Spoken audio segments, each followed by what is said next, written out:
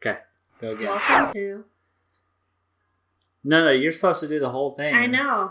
What's the name of our podcast? Restart. Take 3. Take 2. Welcome to After Bedtime with Stevan and Kelsey. I'm back with my tiny espresso cups this episode. I've overcome my insecurity around Kelsey. Are you done? Yeah, I'm done. What are we going to talk about? I was getting ready to say that. We need like a little theme song that's like, what are we going to talk about? No. And it plays right on the like right before we get ready to go through this. Okay, I have quite... I think it should be a little snippet of you singing, what are we...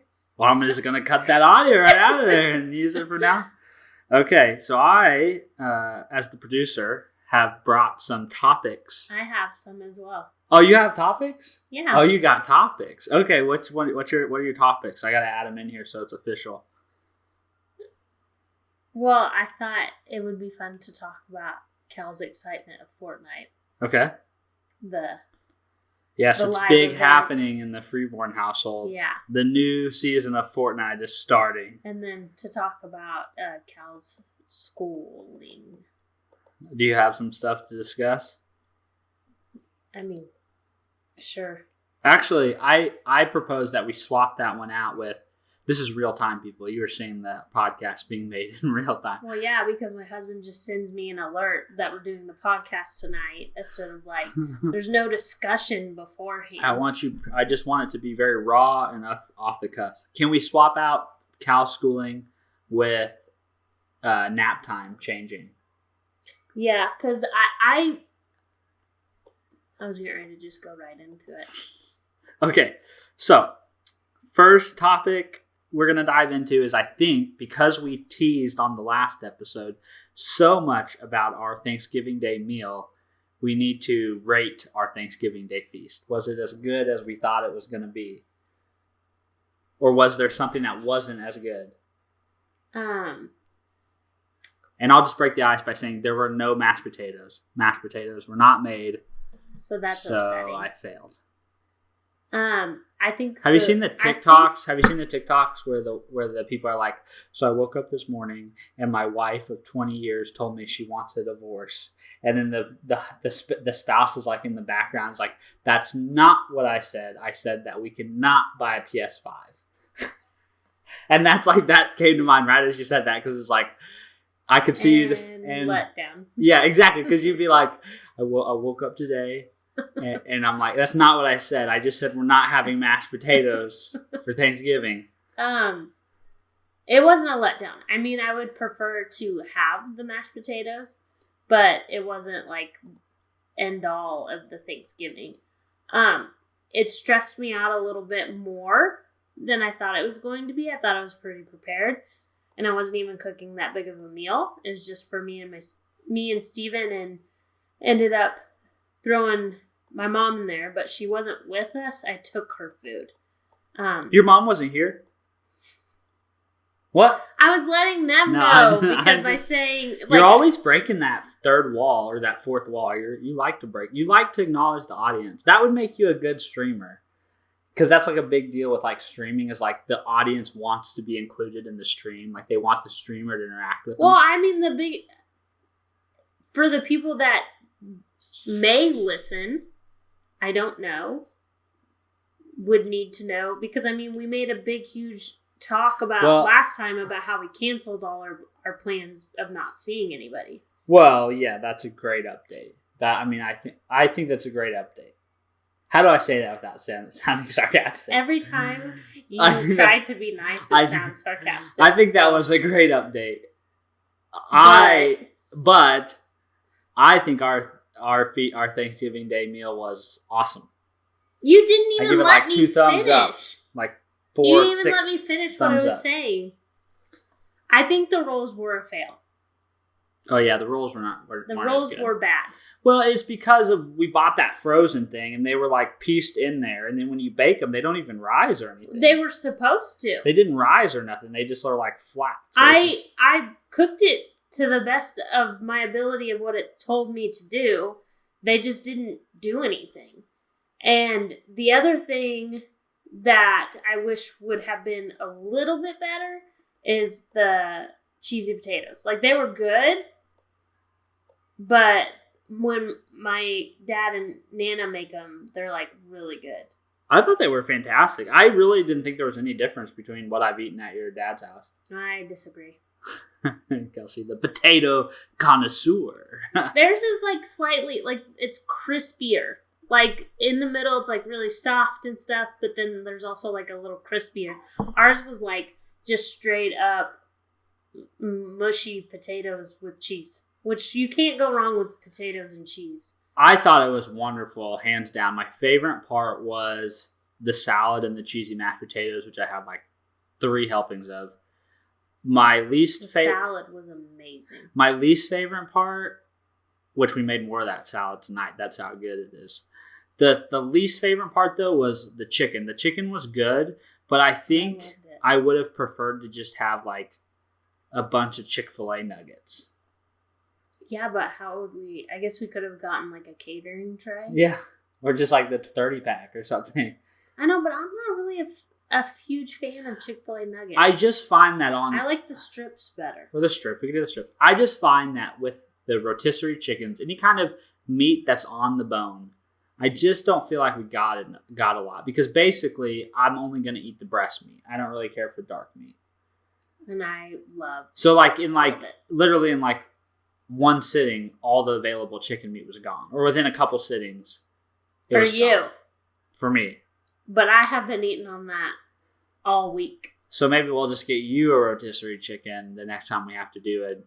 No, I'm totally fine with doing something else. Or like bogus wings or something. I like dark meat or white meat. It doesn't, like, I like... Because that's the one thing about when you cook a huge turkey. There's so much of the breast meat. There is. Meat. There's like a ton of breast meat. Well, that could have been my fail because I got a smaller chicken.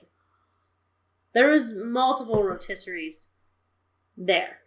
Or maybe I could have just gotten a bigger one. Rotisserie chicken, so I have multiple twice the amount. I just got that one because it said it was seasoned in garlic. I thought that sounded good. I think that we did really good because we basically made it. We made some of our favorite foods that required the least effort, and it was really easy.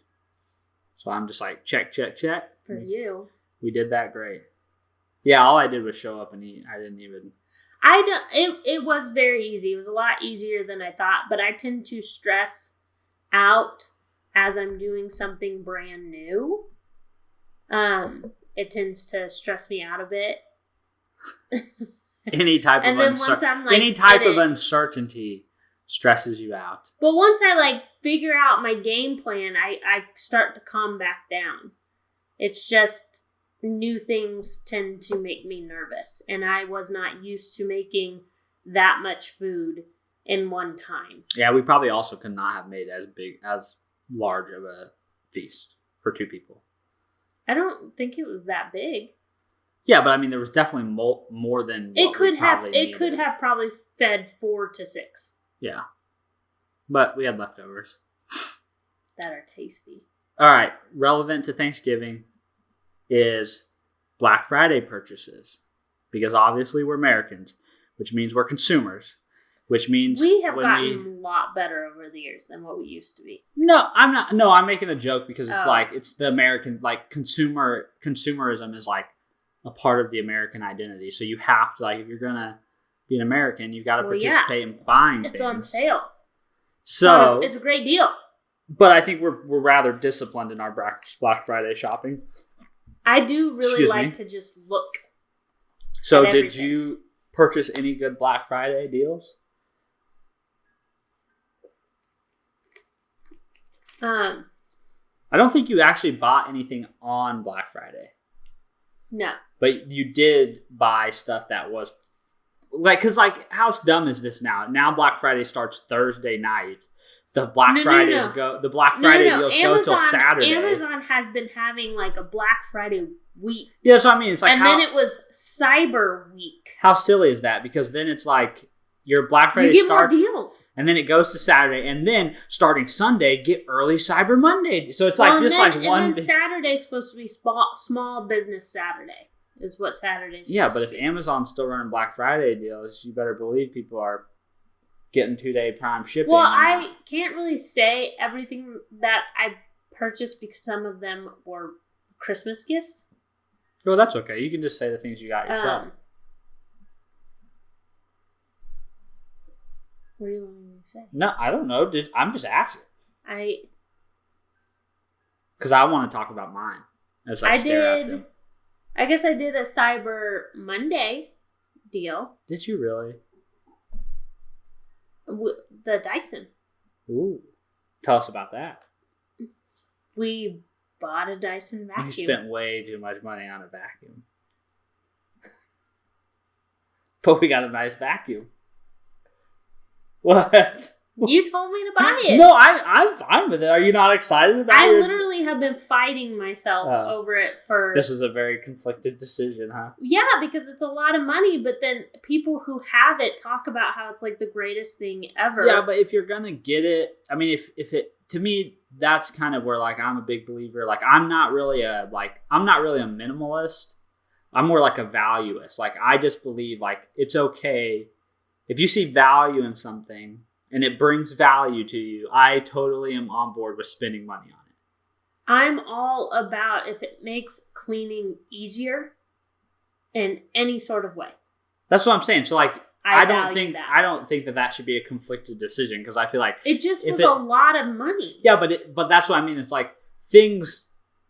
I mean, it was cheaper than what it would have been. Yeah, so it was a deal. Yeah. But what I'm saying is, like, for somebody, the $500 vacuum is outrageous, right? Because they don't actually derive value from that thing. It's just like an object that's going to sit in their house, right? But if you're someone who, like, uses the vacuum a lot, or has to use the vacuum a lot, or needs to have a reliable vacuum or something, then the $500 seems like totally justifiable, because it's the way I am with, like, technology. Like, most people may see a laptop and see it priced at $1,000, and they're like, oh my gosh, that's so overvalued, right? But I see that and I'm like, well, that I'm going to use that every day. I'm going to interact with it every day. I'm going to do things with it every day. It's going to add $1,000 worth of value.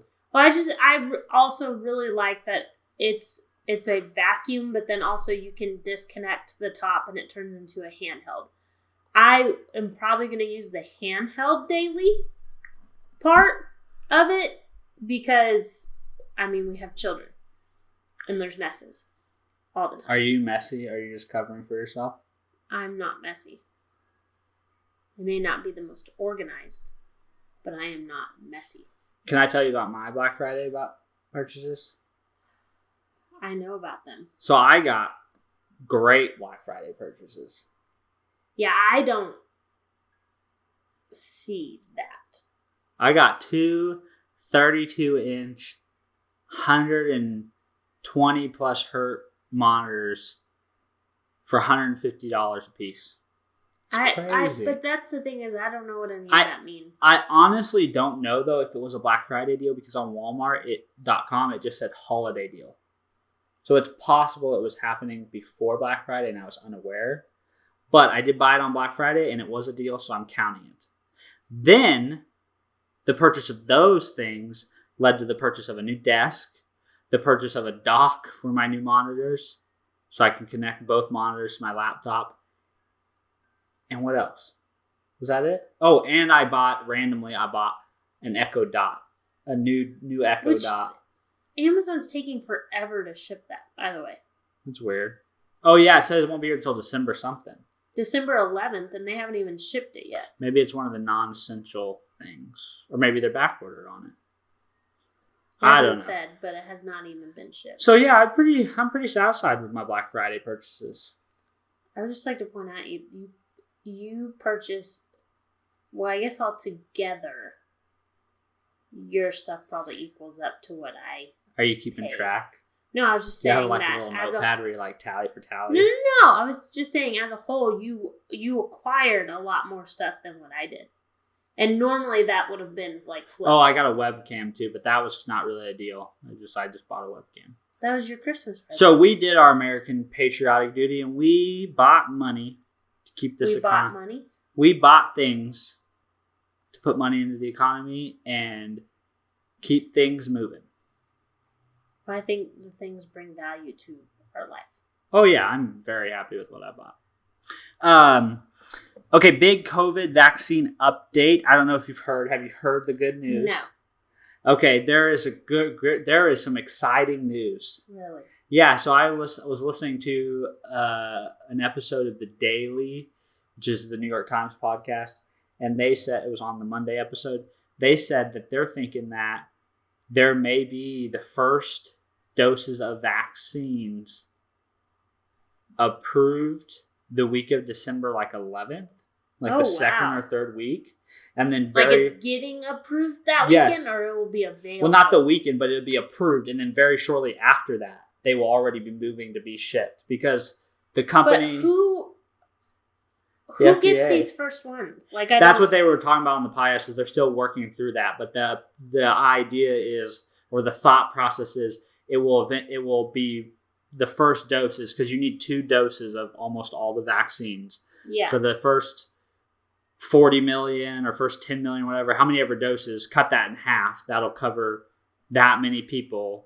And they'll basically kind of triage the need. So it'll be first line responders, people that are in healthcare work. Mm-hmm. And then second to that would be people that are most vulnerable. So elderly, people who are immunocompromised. That's the part, though. That's the part that they don't really have quite totally worked out, the logistics of who's going to keep track of the central database, where are you going to go to get the vaccine, how are all these people going to track who got what vaccine and when they need to come back for their second dose. Yeah, and where do they send it to where these people can have access to it. But I just think that's it's worthwhile to talk about and mention, because I kind of feel like they're going to probably go after the bigger states first.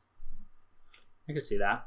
I think they'll end up, whatever they do, they'll try to make it so it's kind of, whatever they do, however they deliver it, I think they're going to try to make it seem as familiar as possible. So I think they're going to try to kind of use the flu shot as the template, so that you can go into a Walgreens and get the vaccine. I think that's because they want people to feel, I think that's going to be the goals. They want people to feel comfortable. They want people to feel like it's safe and it's okay. They don't want anyone to be feeling skeptical or it could be dangerous. I just think it's exciting because wow, they could get approval before the end of the year and we could be seeing the first stuff. Them out. Yeah. So that's good news. What do you think? Are you skeptical? I don't really I want to be there for science and be yeah. But it is the on logistics. the back of my mind. It's just one of those things that is just sounds a little too good. Yeah, we'll see. To be true. We'll see. We should know in a couple weeks. A lot of people have been interviewing these. I think this interviewing the people who have been going through the trials to be hey, this person's fine, and it seems everything's great. I'm less concerned with the efficacy and the safety of the vaccine. I'm more concerned with the federal government's execution of distributing and getting people it and tracking. Is it going to be organized enough, because you have to get 2 shots, all right? So you need a way to confirm the person got the first shot and somehow notify them of the time they need to return to come get the second shot, right? So it's are we going to end up wasting doses because people get the shot and then they don't know when to come back, or they try to come back to get their second shot and it takes too long, so they leave? That's kind of the part that I'm the logistics and the execution of the actual. They need to invent a travel nurse. That's I don't know how you do it. Because those are all, I don't know how you mitigate those risks, because people are people. They don't always follow. There's going to be human error. Yeah, they don't always follow the rules. But I feel like this is a serious enough. I mean, you would hope this is a serious enough situation that at least majority would do it right. Yeah. And is there like a certain time period? Like if you I think go it's 2 over, weeks. I think you're supposed to come back. And... So if you go over the 2 weeks, is it like well, I don't think void or like I don't know, like because I would doubt they have had enough time to evaluate all those different scenarios. Like how effective is it if I only go every 3 weeks, or how effective? Because I mean, with the flu shot, when the boys were finally old enough to get the flu shot, it was recommended that they get 2. Like I think it will probably still be effective, but granted, like obviously the research and the studies and the trials have been done. There's going to be margin. Yeah, because you studied a specific kind of protocol, right? So you need to follow that protocol to try to get the same result, right? That's like why you're supposed to take medicine in a very prescribed manner, because all the studies have been done based on that protocol. We don't know if you manipulate all these other variables. We can't really say for certain what the outcome, how significantly that's going to alter the outcome. Mm-hmm. Makes but sense. Good news. And if you're interested in hearing more, obviously we're not journalists, so go check out that podcast episode. It was very informative, and I thought it was good to share. I have something in my eye. Okay, I'll let you pick what we talk about next, because I don't know if we're going to have time for all of them, but I do want to talk about your topics. So the last of my 2, and I'll just let you pick which one you want to talk about. The last one is my holdover from last week, which was like how do you feel our conversations about money have changed over time? Or we could give an update since we got our couple therapy journal. But we haven't done anything with it yet, so we don't really need to do an update. Okay, more to come on the couple therapy journal. But so let's talk about our conversations about money. How do you feel like? Because, like, I don't know. I kind of have an interesting perspective on this because you were the one beating the dead horse? No. Because so in the marriage that was modeled to me the most, obviously, my parents' marriage, I saw that money was this huge, and I think I don't think this is unique. I think this is very common. I think financial stress is one of the leading causes of rifts in marriages and in relationships. I think just major life-altering stress does that.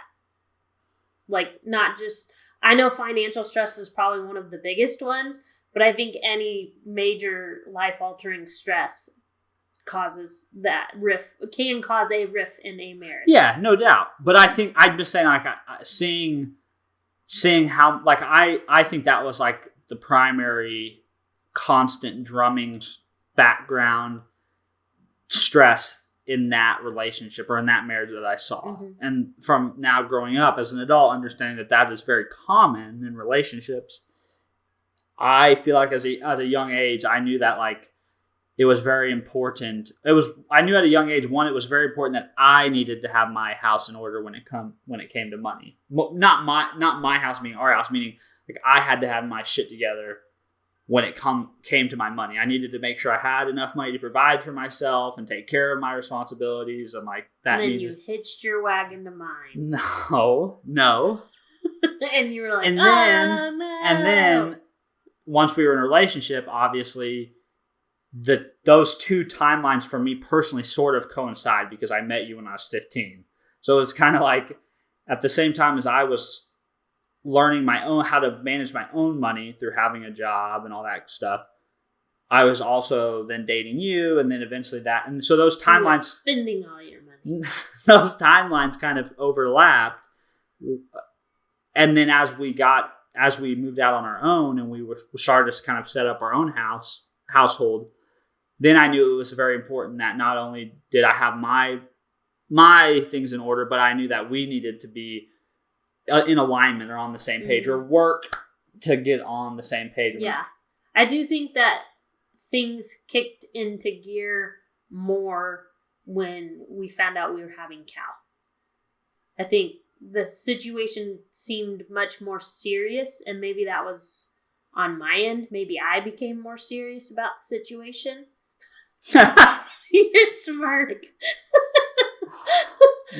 Yes. Maybe it kicked in my mind of, what Steven has been preaching for the past couple of years, it finally now makes sense to me. Well, I think I think the biggest, I think the biggest thing that has changed is just there's more empathy. There's more empathy and understanding in our conversations about money, because I think when we first moved together, so we've always taken a very it's ours approach to our money, even as a couple starting our first, having our first place together and paying bills.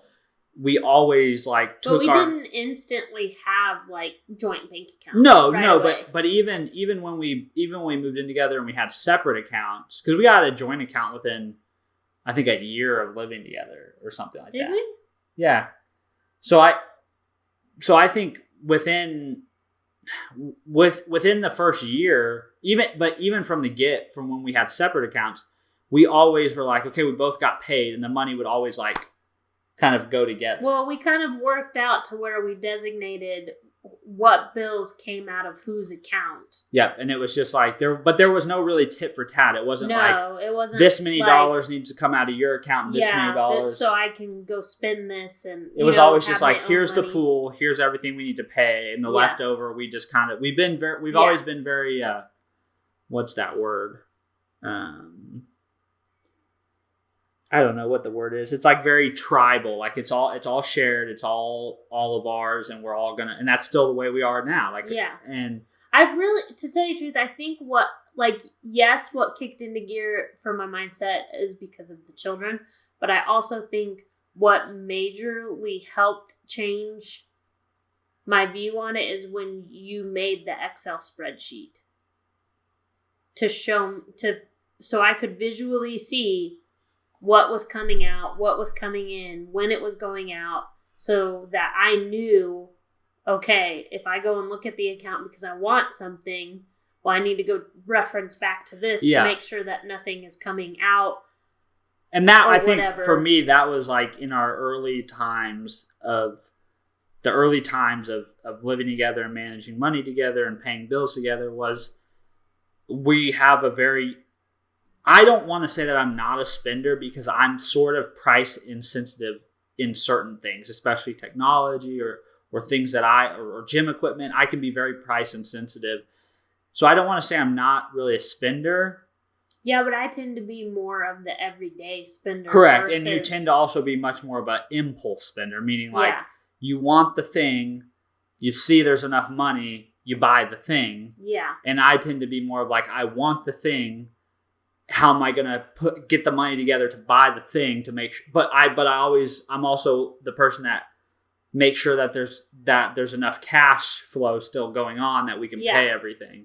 And I think, to your point, that's where from a tactical perspective, being able to pay, because I think that's something all people struggle with, is that idea of we have enough money to buy that thing, but we can't buy it right now in one lump sum because there's all these bills that we've already committed some of this money. I think that's an issue for a lot of people, because they are probably more like me, and they go and look at the bank account and they're like, well, there's money there.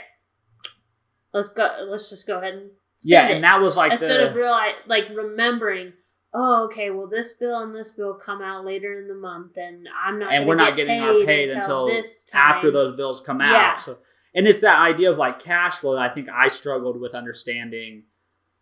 That was what I struggled with, because I would be why would you spend that money? Because we have these other things that money's basically already spent. I know it's there, but it's essentially already gone.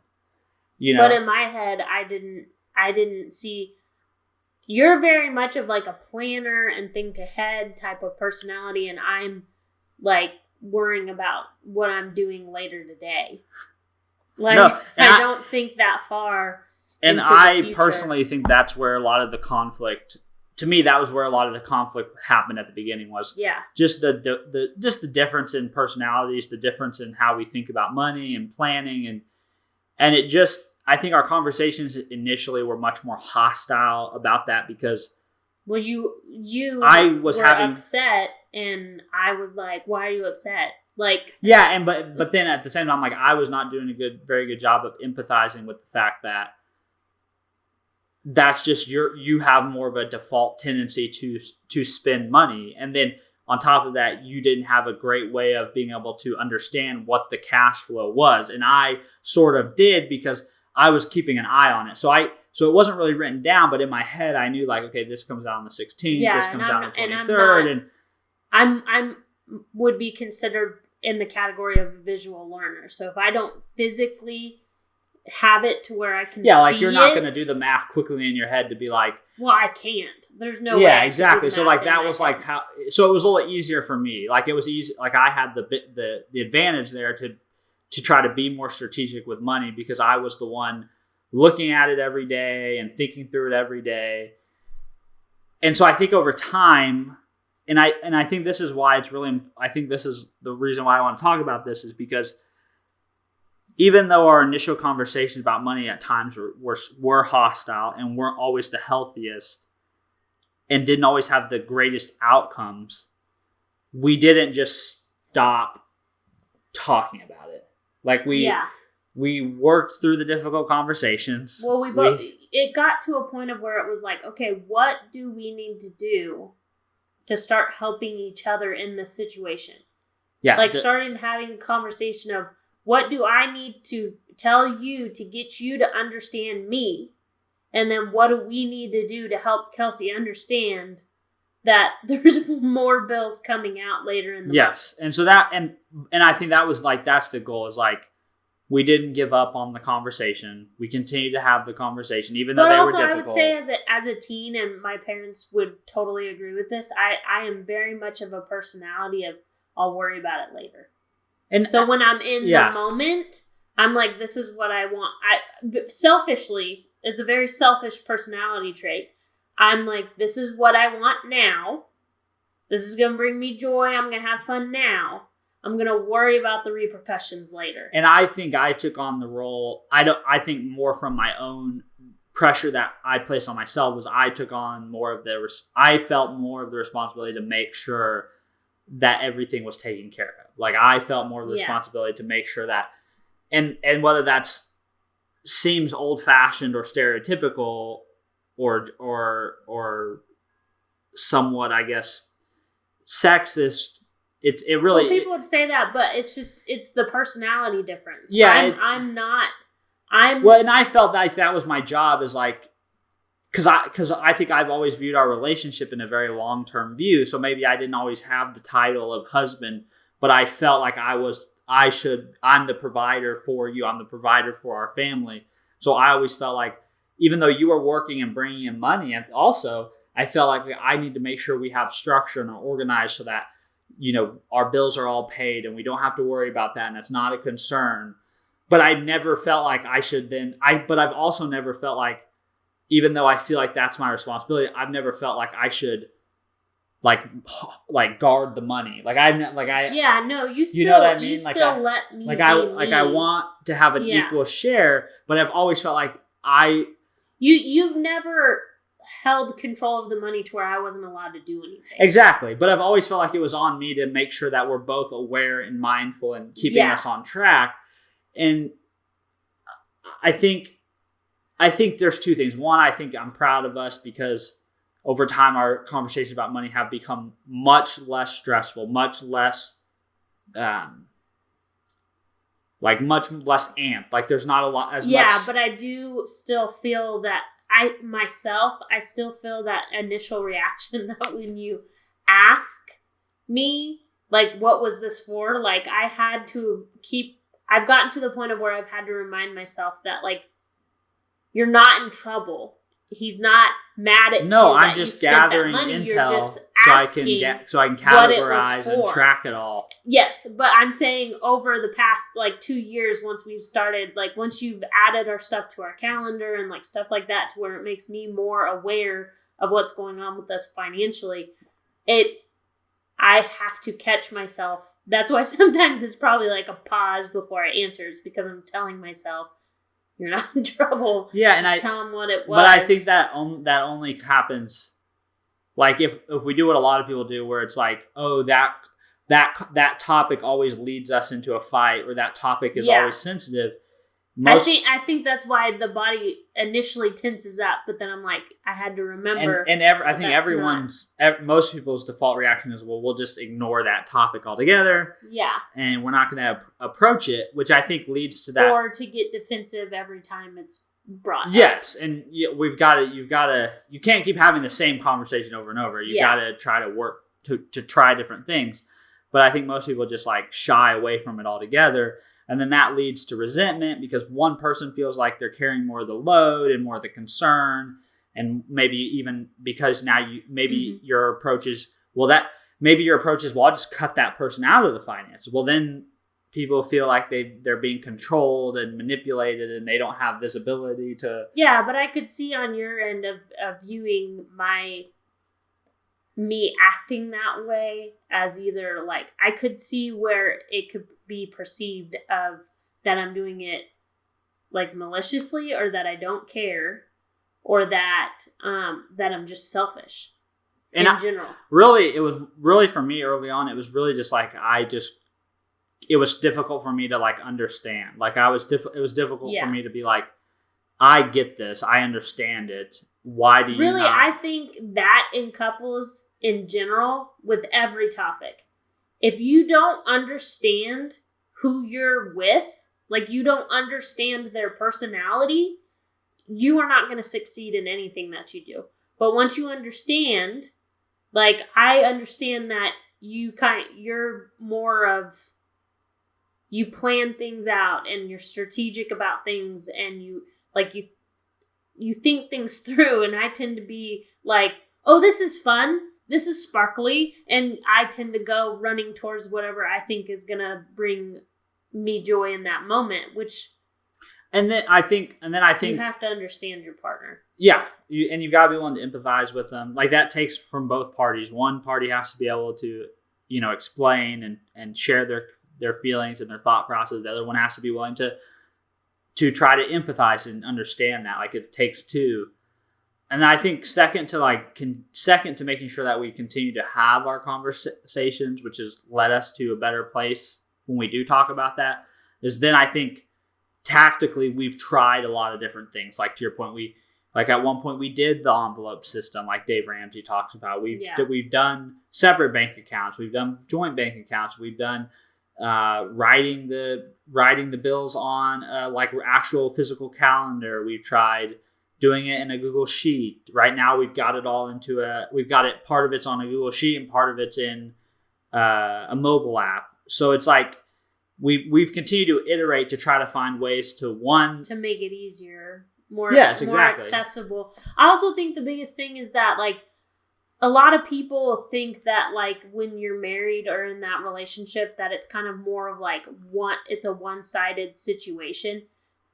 No, both sides of the couple needs to be aware of what's going on. I think too, like to that point, it's like maybe it makes there might be one steering the ship, but the co-captain is there. Well, yeah, and I think the first step is like there needs to be mutual agreement on whatever the situation is. Like both of you need to be okay with whatever the dynamic is, right? So if one of you's like, great, she just worries about it all, and that's fantastic, and then that person's like, well, I don't want to be the only one, then that's not healthy, right? No, it's not. But in another relationship, if both people are like, perfect, you don't worry about it, I got it. You're totally right. You know what I mean? Like you need to find what works best for you as a couple. Yes, because I've seen and what you're both comfortable with. Like if one person in the relationship is 100% okay with taking the backseat situation of you take control and you just tell me when I'm allowed I think to do things, that's fine. If I was to look at our situation, I think I would relate our situation more akin to like a CEO and a CFO relationship where like I'm more like in the weeds. Like I'm the guy that's like in the weeds, tracking the data, looking at all the figures.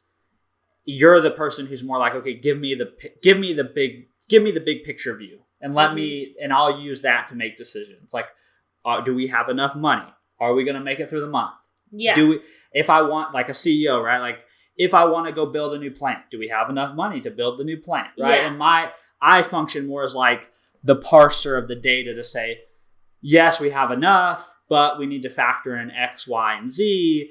Like, do you actually need the other factor? Correct. Right and now? that's where, like, I feel like that's more of our, at least right now, is more of our dynamic. But that isn't to say, like, at any moment, you know, you being the CEO, at any moment you can go and look at all that too. Like, you have access to that. You're just like, I don't need to be in that as granular as you, because you're already in it on a granular level. Well, yeah, because then it becomes to a point of too many cooks in the kitchen. Yeah, like, totally. I mean, you can't That's both why we have be in charge of how many subscriptions you have and like how exactly. Like, you can't actually and if like you're I mean, there's discussions totally on what all but we if you're are in charge, if you're in to be the person actually doing it. Yeah, because if you're like, well, I'm also going to go in here and categorize things, and then I'm going to go in here and and we're each doing it a little bit differently. And I'm going to subscribe us to this other subscription service that I, like, and you not be aware of it. Like, you got it. It has to be communication. You have to be able to talk about your financial situation. Yeah, you have to be able to, the person that you're with. Yeah, and you have to be able to, I think for us, staying in communication about that. What are we doing with our money? What's the goal here? What's the short-term goal? What's the long-term goal? What are we trying? Like, what are we moving towards? And then I feel like that's like that CEO CFO relationship. You're really good because you're really good at your role in it, because you're like constantly like, hey, we're gonna probably need this. Hey, we're gonna probably need this, and that's kind of like a helpful thing for me to then go back and look at the numbers and be like, okay, how much do we need to save here, and how much are we going to spend here, and how much are we going to get in? Because I know in this amount of time, Kelsey's going to need cash available to get this for the kids, or this for the house, or you know what I mean? So like, to me, that's where it always, like, so many of our conversations come back to the communication piece, but that's the key, is like, we both understand our roles. Well, and also to knock down your own personal pride. Like, it's not because someone is asking what you did with the money or what you are going to do should never be a personal attack or a view that person is judging you or controlling you in any sort of way. It is literally just keeping the communication open so that everyone understands what's going on. Especially like in our situation, people may perceive, because I know like you a lot of the times will come and ask about an expenditure, and I know people think that I'm like asking permission. Yes, and I think that's like an interesting point, because I think a lot of people, especially because of the male-female dynamic, a lot of people would view that as like as maybe view it as kind of like controlling. But like to my earlier point, like to me, like, you're the CEO, I'm the CFO. My job, you're coming to me to say, look, I'm getting ready to do this. What's the impact here, right? What's going to be the damage? Exactly. And so like that's another. Or really, I kind of view it more of like, this is something that I would like to do.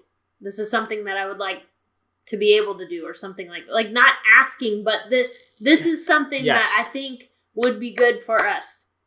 Is it plausible? Exactly. And that's where it's like, that's why it's that CEO CFO relationship is the perfect dynamic, because that's what you're doing. You're like saying, look, we need this, or this is going to happen. Yeah.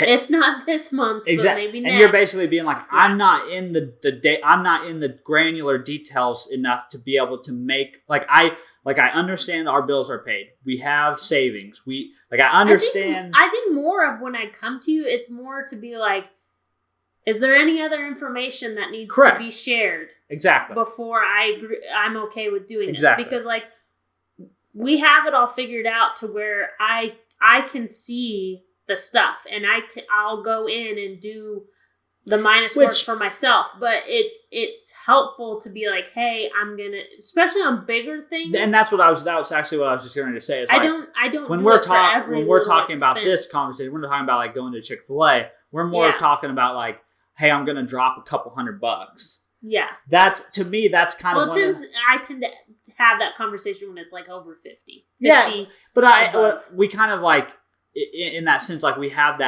this kind of escalation limit where it's like, okay, this is a shared pool of money that all the family draws from. So if our expenditure is gonna be over a certain amount, it's like, okay, now that's a group conversation. Yeah. Right. Like, and I think I don't think it's about permission or somebody having control. It's a way to drive that communication. It's a way to force us to have that conversation instead of instead of either of us just running off and doing it.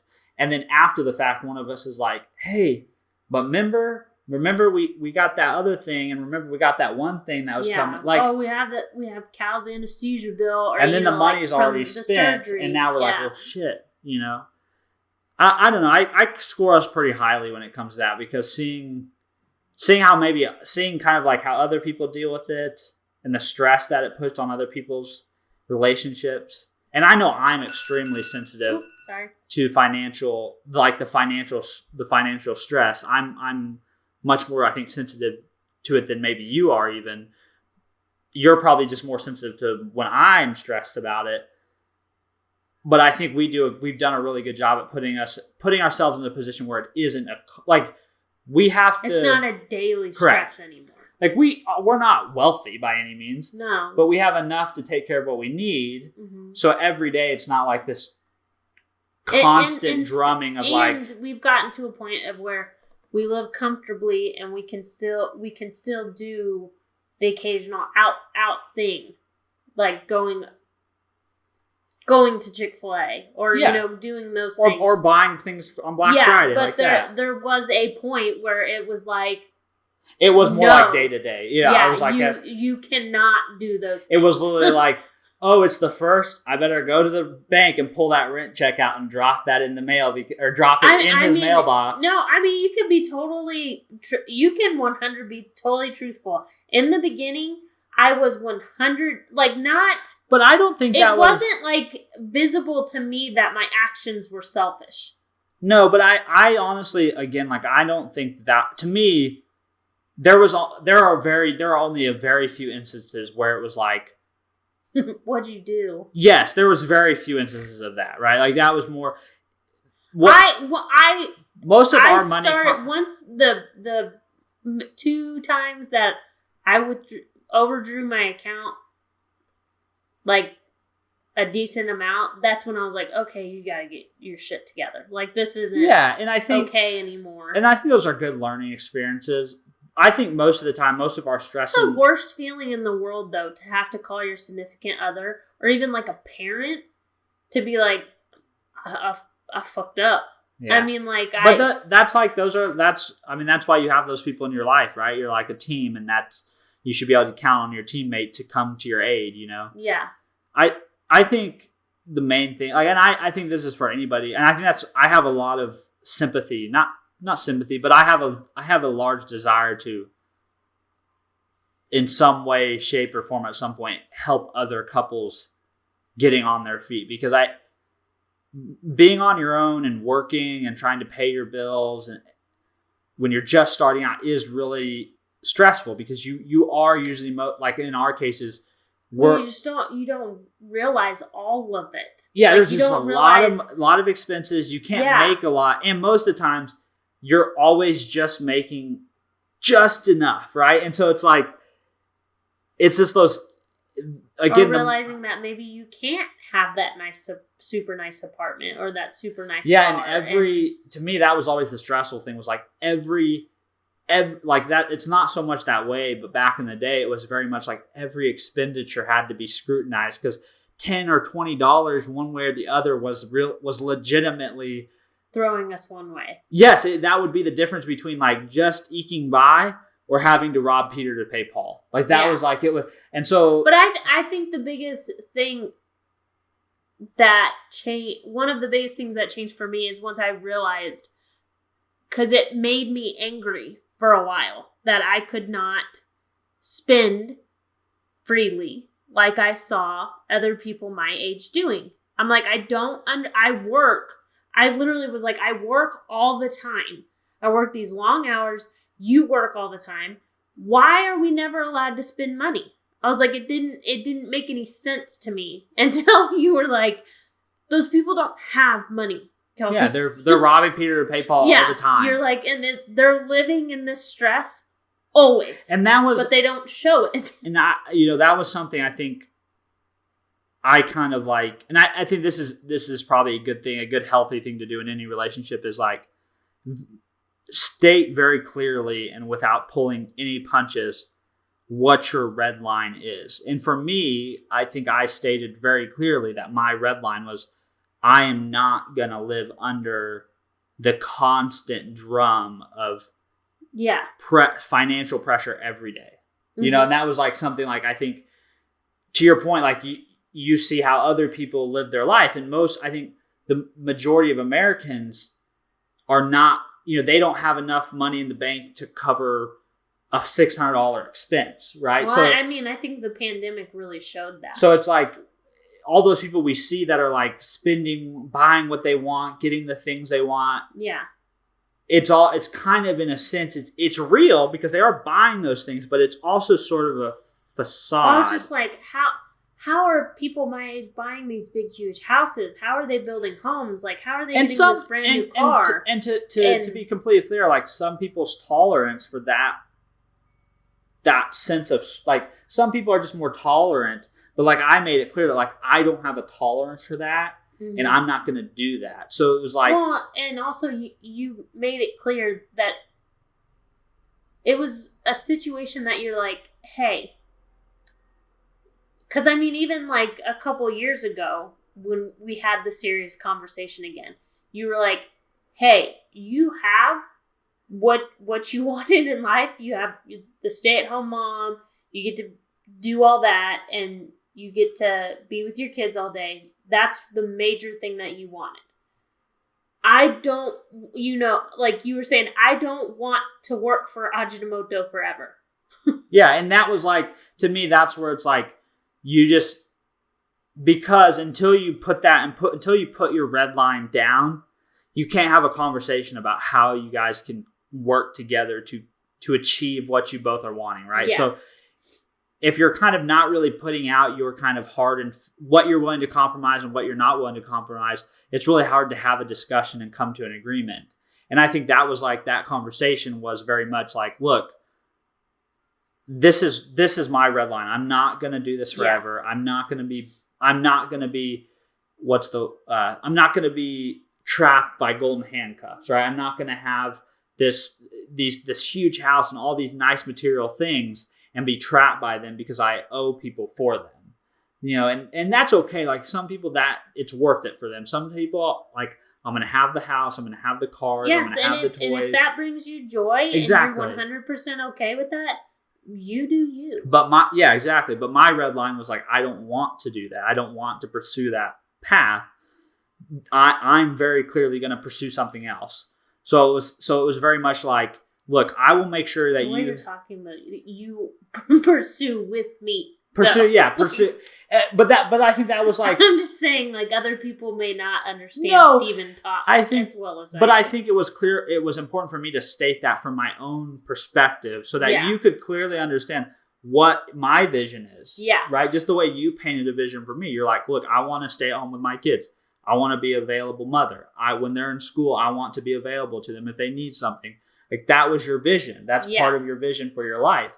And so it was very important for me to state my vision, which is my vision is not to be beholden to corporate America forever to pay for a bunch of materialistic things where we're always keeping up with the next thing. Yeah. And that was like those, and we both were like, here's our visions. How can we make them work together? Yeah. And so, we've decided like, we're not going to, We've made compromises. We're not going to buy this so that we can afford that. And well, once your vision started taking shape, is when I was like, oh, like this, like it makes a lot more sense.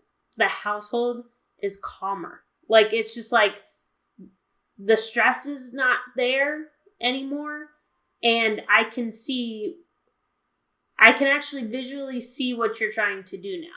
Versus before, I was like, we're fine. The money's there. Like, I don't get what you're talking about. Like, why are you throwing a fit? Like, I didn't get it. I totally understand. Like, And I completely now understand. I do. And I think that's why, I don't know, it's one of those things that's like, that may not be your vision forever. Might not be my vision forever, but it is right now. And we're continuing to have these conversations about it and checking in with each other to make sure that, like, hey, we're still on the same page. We're still okay with the way things are in regards to our finances and what we're doing with them. That to me is like, to be able to wake up each day. Like, that was the biggest thing I was so thankful for on Thanksgiving, was like the fact that I have a good job that provides enough money that we are taken care of, and we have enough to get ahead compared to a lot of other people, especially in the world that we're living in right now. So many people don't have that advantage. They don't have that privilege. Yeah, they're struggling. And even those who maybe do are not really taking advantage of it. Yeah. And so I'm really thankful that when I wake up in the morning, I don't have to be concerned with like, oh, that bill's going to hit the bank account. I hope nothing bad happens, right? So that's like, that's a huge blessing. The feeling of like before, when I was younger, thinking, oh, there's $100 in my account, I'm fine. But now being older, I'm like, if there's $100 in my bank account, there's something wrong. Like it's a much better feeling to know that there is more there than when we were in our 20s. Like, 50 to 100, and I would have felt comfortable. Yeah. With my life. And now I'm like, no, that's a scary situation, because like anything can happen. You can wreck your car, which we have done multiple times, not for our fault, but major life altering things can happen, and you need to be in somewhat of a state that you can take that blow and it not destroy your life financially. Yeah, I think to me, I think that's the vision part is the really, like, it's, to your point, it's tough. Like, how do you, when you both want things, right? Like, you both have this vision for your life and where you see your life going. Mm-hmm. And then you're also, at the same time, you're also trying to create the shared vision of what the life looks like together, right? It's like, you can't have exactly both. It's going to be some amalgamation of the two, right? You can't. Yeah, you have to be willing to compromise. Yes. That's the biggest. Those are the biggest things in a relationship. If you do not have, do not have the ability to compromise with somebody, and if you are not good at communicating, you're not going to make it. There's no way. Like, you may make it years. You're so, what's that? You're so like, there's such a finality to your statements. That's it. I know, but if you really think about it. Go home. Long term, if you can't communicate and you're not willing to compromise. No, you're right. It's not going to work. You're 100% right. And I think you both have to be and that's where that selflessness comes in, where you have to be willing to like say, okay, like, and I think for you, like, that was like, I think, and you can correct me if I'm wrong. But both sides have to be willing. Correct. And you can completely correct me if I'm wrong, but like, the vision I think you had in your head of like your married life, like your family life, looked much more akin to like a stereotypical suburbia family. I thought, like, I'm gonna 30. I should have a house by now. We should be both driving nice cars. Like, in my head, because that's what I saw. Yes, exactly, and that's why I'm so.